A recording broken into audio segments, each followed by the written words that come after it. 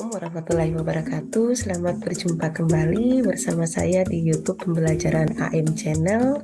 Belajar asik, aktif, santai, inspiratif, dan kreatif.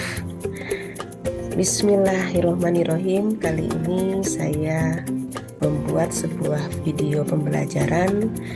Jadi saya berharap dapat digunakan oleh mahasiswa sebagai rujukan dalam memahami topik mengenai referensi atau bisa kita sebut sebagai literatur review. Sebuah metode yang sistematis, tegas, dan berulang untuk melakukan identifikasi, evaluasi, dan sintesis terhadap karya-karya hasil penelitian dan hasil pemikiran yang sudah dihasilkan oleh peneliti atau praktisi sebelumnya.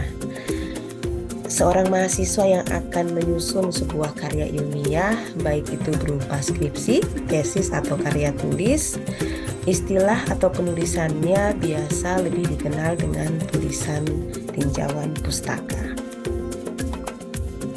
Tinjauan pustaka pada sebuah karya tulisan adalah ringkasan tertulis mengenai artikel dari jurnal, buku, dan dokumen lain yang mendeskripsikan sebuah teori, serta informasi baik itu berupa masa lalu maupun saat ini.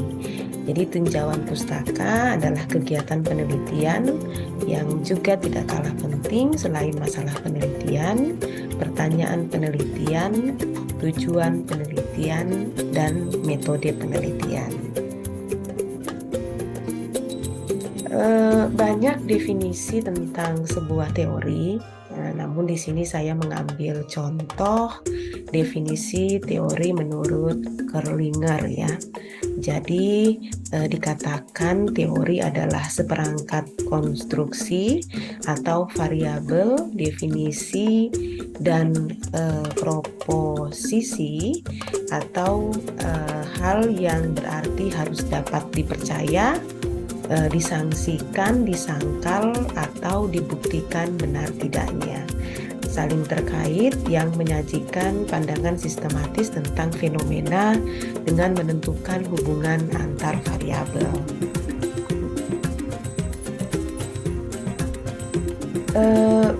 Baik pada penelitian kuantitatif maupun kualitatif, semuanya itu membutuhkan sebuah teori yang membahas mengenai topik tertentu. Nah, ini untuk penelitian kuantitatif ya. Jadi teori secara umum memiliki fungsi antara lain ya sebagai dasar penelitian untuk diuji.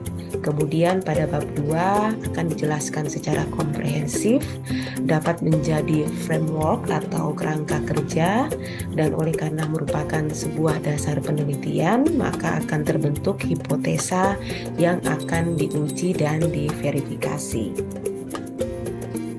Sedangkan pada penelitian kualitatif, teori itu memiliki fungsi untuk dikembangkan dari yang didapatkan di lapangan dengan melihat sebuah fenomena berbentuk pola atau generalisasi naturalistik, yaitu kesimpulan yang dicapai untuk bisa memahami persamaan makna kepada pembaca dari sebuah kasus. Teori ini juga bisa hadir dari pola sebuah fenomena dan digunakan sebagai bahan analisis terhadap masalah yang akan kita teliti. Nah, pada akhirnya fungsi teori pada sebuah penelitian adalah diharapkan agar seorang peneliti tidak melakukan duplikasi dan replikasi dari penelitian sebelumnya. Nah, agar sebuah penelitian itu memiliki kontribusi dari penelitian yang dibuatnya, diperlukan kebaruan dari hasil penelitian yang akan dilakukan. Kita kenal dengan istilah SOTA atau state of the art yang akan menjelaskan apa yang paling baru dari sebuah teori yang ada. Manfaat state of the art ini memastikan tidak ada duplikasi, Kemudian dia juga memastikan tidak ada plagiarisme ide dan redundancy atau informasi yang disampaikan berulang kali. Jadi state of the art atau kita kenal dengan istilah SOTA juga untuk melihat perkembangan ilmu pengetahuan sehingga terlihat alur proses perkembangan dari penelitian itu sendiri. State of the art ini oleh beberapa pakar didefinisikan sebagai rancangan penelitian yang terperinci dan unik dibandingkan penelitian terdahulu. Jadi memastikan tadi seperti yang saya sampaikan, tidak ada duplikasi, tidak ada plagiarisme ide atau redundansi penelitian. Jadi state of the art ini dijadikan sebagai dasar penelitian yang tertuang pada latar belakang penelitian. Isi dari SOTA itu umumnya adalah menjelaskan perkembangan terkini tentang suatu topik yang dihasilkan oleh masyarakat peneliti di seluruh dunia, kemudian menentukan di mana kontribusi peneliti dalam sebuah riset yang akan dijalankan, serta menentukan novelty atau hal baru yang akan disumbangkan oleh seorang peneliti pada saat dia membuat sebuah penelitian. Umumnya SOTA dapat dilakukan dengan melihat penelitian-penelitian terdahulu, misalnya dengan membaca beberapa jurnal, dan sebaiknya gunakan 75% rujukan bersumber dari jurnal internasional. SOTA atau state of the art ini bukanlah pekerjaan yang mudah dan linear, sehingga dalam membuatnya harus perlahan, di mana dalam membuatnya peneliti akan menulisnya setiap saat ketika membuat laporan atau makalah. Mengetahui perkembangan dan menyadari apa yang sedang dilakukan peneliti lain adalah sebuah keharusan, di mana peneliti itu harus sering mencatat hal yang penting dan tulis setiap temuan yang telah dibaca. Kemudian peneliti harus kritis dalam memilih dan teliti saat menentukan literatur yang dibaca. Jangan baca semuanya. Namun salah satu kriteria penting untuk memilih literatur adalah memastikan bahwa literatur tersebut berasal dari sumber yang terpercaya, kemudian jurnal terkenal, terpublikasi, dan dilakukan peer review. Berhenti membaca sumber yang tidak penting, buatlah daftar literatur di mana terdapat batasan pada jumlahnya, misalnya bisa 10 ataupun 20 jurnal. Tingkatkan kemahiran dalam menulis, ini dilakukan agar pekerjaan mencari literatur dan literatur yang dimasukkan itu harus terseleksi dengan baik.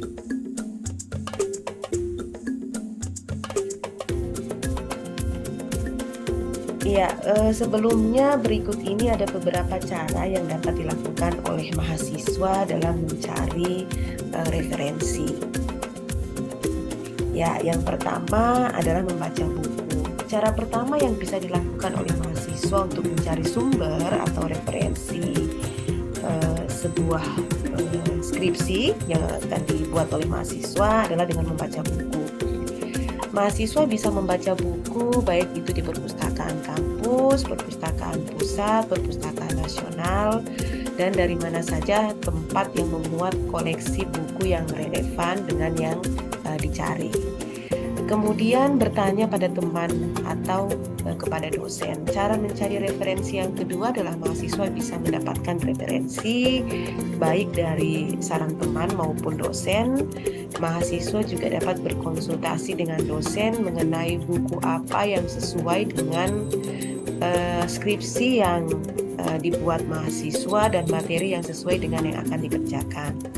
Mahasiswa juga dapat bertanya ke teman untuk mencari rekomendasi yang bisa dijadikan sebagai referensi pembuatan skripsi. Kemudian mencari data di lapangan. Referensi itu tidak melulu dari bahan bacaan. mahasiswa bisa mendapatkan referensi dari lapangan, yakni apabila melakukan sebuah penelitian. Tentunya penelitian tersebut terdapat di lokasi penelitian penelitian tersebut ya. Mahasiswa bisa mendapatkan data penelitian yang kemudian bisa dijadikan materi. Kemudian materi itu bisa berupa buku, kemudian dokumen, foto, gambar, dan lain sebagainya. Dan yang terakhir adalah mencari di internet. Nah, saat ini internet bisa dijadikan rujukan yang paling valid untuk mendapatkan sumber referensi.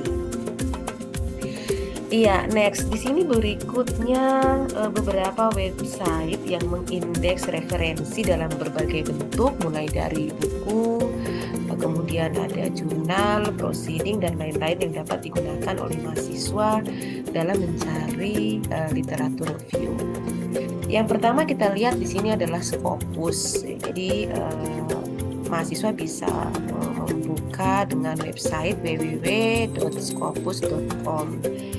Scopus ini merupakan website pengindeks artikel ilmiah yang paling populer. Scopus itu menyediakan informasi artikel-artikel ilmiah dari berbagai penerbit. Akan tetapi jika kita ingin mendownload full paper, harus merujuk ke penerbit langsung. Yang kedua ada Google Scholar, ya, jadi bisa diakses melalui website www.scholar.google.com, dan ada Google Books ya dengan website www.books.google.com. Google Scholar merupakan website yang menyediakan fasilitas bagi para peneliti untuk mempublikasikan karya ilmiahnya yang juga dapat ditelusuri oleh peneliti-peneliti lain, sehingga penelusuran karya ilmiah dapat lebih mudah. Selain itu, Google Scholar juga menganalisis item-item karya ilmiah para usernya, dari mulai banyaknya sitasi yang diperoleh sampai impact faktor yang akan kita lihat ya. Sedangkan Google Books itu merupakan media publikasi dari buku referensi dari para user. Ada yang free, namun ada yang berbayar. Nah, jika berbayar tentunya harus membeli langsung ke penerbitnya. Yang ketiga ada Microsoft Academic ya, bisa diakses melalui academic.research.microsoft.com. Website dengan tagline Research More, Search Less ini mirip dengan Google Scholar, hanya saja disediakan oleh perambah yang dinamakan adalah Microsoft. Yang berikutnya ada Academia ya, jadi bisa diakses melalui website www.academia.edu ya. Nah, sama halnya dengan Microsoft Academic, Academia Edu ini dengan deskripsi singkat is a place to share and follow research, juga identik dengan Google Scholar dan Microsoft Academic. Yang kelima ada ResearchGate ya, www.researchgate.net ya. Jadi website ini cukup terkenal di kalangan peneliti yang menjadi salah satu media publikasi karya ilmiah dari para user atau peneliti. Nah, jadi website ini mirip sebagai media sosial tempat berbagi informasi artikel ilmiah. Nah, website ini dapat dijadikan sebagai salah satu alternatif mencari referensi yang terupdate. Kemudian yang keenam ada Indonesian Publication Index ya. Jadi dengan website yang kita bisa akses adalah http://portalgaruda.org ya. Jadi sebetulnya ini mirip dengan Scopus, hanya saja portal Garuda ini mengindeks artikel-artikel ilmiah dari Indonesia saja. Jadi banyak berbahasa Indonesia, sehingga jika ingin mencari referensi berbahasa Indonesia, maka disinilah tempatnya. Kemudian yang ketujuh ada Library Genesis atau BookFi. Ini website ini mengindeks buku referensi, hanya saja banyak yang menilai ilegal ya, karena menyediakan file unduhan yang banyak tanpa izin penerbitnya. Dan yang terakhir website penerbit yang dilanggan oleh kampus. Nah, Sekarang ini hampir seluruh institusi perguruan tinggi melanggan publikasi online. Jadi saya mencontohkan seperti www.sciencedirect.com ya, dan lain-lain masih banyak lagi. Akan tetapi mengaksesnya tentu perlu atau harus melalui jaringan website kampus yang melanggan. Nah, jika tidak, kita hanya dapat membaca abstraknya saja tanpa dapat mendownload full papernya. Jadi sebenarnya masih banyak internet yang dapat kita media internet dalam mencari referensi yang dapat kita akses. Namun yang saya jelaskan tadi adalah yang pada umumnya paling sering digunakan oleh seorang mahasiswa pada saat mencari sebuah literatur review. Ya, demikian mungkin yang bisa saya share. Semoga saja video pembelajaran ini memberikan manfaat dan bisa menjadi rujukan bagi mahasiswa dalam mencari sebuah referensi atau literatur review untuk membuat sebuah karya tulis ataupun skripsi. Thank you. Do you have any question for me? Silahkan boleh ditanyakan pada deskripsi video ini, atau bisa bertanya langsung pada WA saya ataupun pada email saya. See you.